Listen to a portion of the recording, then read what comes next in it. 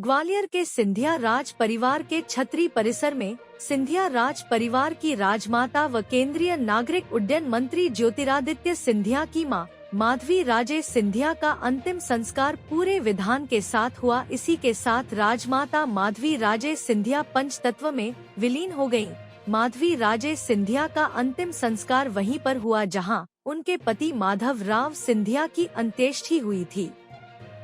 इस मौके पर मध्य प्रदेश के मुख्यमंत्री डॉ मोहन यादव, उप मुख्यमंत्री राजेंद्र शुक्ला सहित अनेक मंत्री, राजघरानों के सदस्य और बड़ी संख्या में नागरिक मौजूद रहे, जिन्होंने राजमाता को अंतिम विदाई दी। छतरी परिसर में मराठा हिंदू पद्धति से और शाही परंपरा और रीति रिवाज के अनुसार अंत्येष्टि की रस्म पूरी हुई। सिंधिया राज परिवार के राज पुरोहित चंद्रकांत शेंडे और उनके परिजनों ने मंत्रोच्चार के बीच रस्में पूरी की गयी। इसके बाद पार्थिव देह को उतारकर चिता पर रखी गई। यह चिता गोबर के कंडों के अलावा 2 किंवटल चंदन की लकड़ी से बनाई गई थी।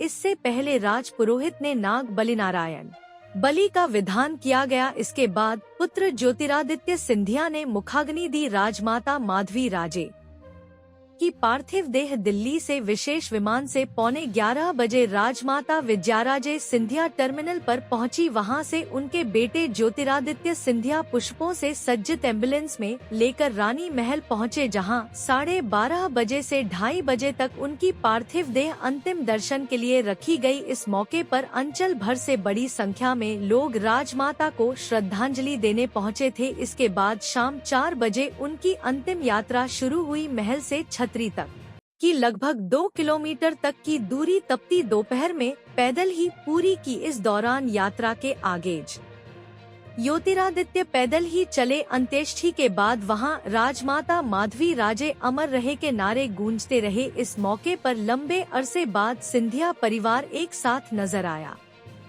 माधव राव सिंधिया की तीनों बहन उषा राजे नेपाल, वसुंधरा राजे पूर्व सीएम राजस्थान और पूर्व मंत्री यशोधरा राजे भी शोक संतप्त परिवार के साथ खड़ी दिखीं।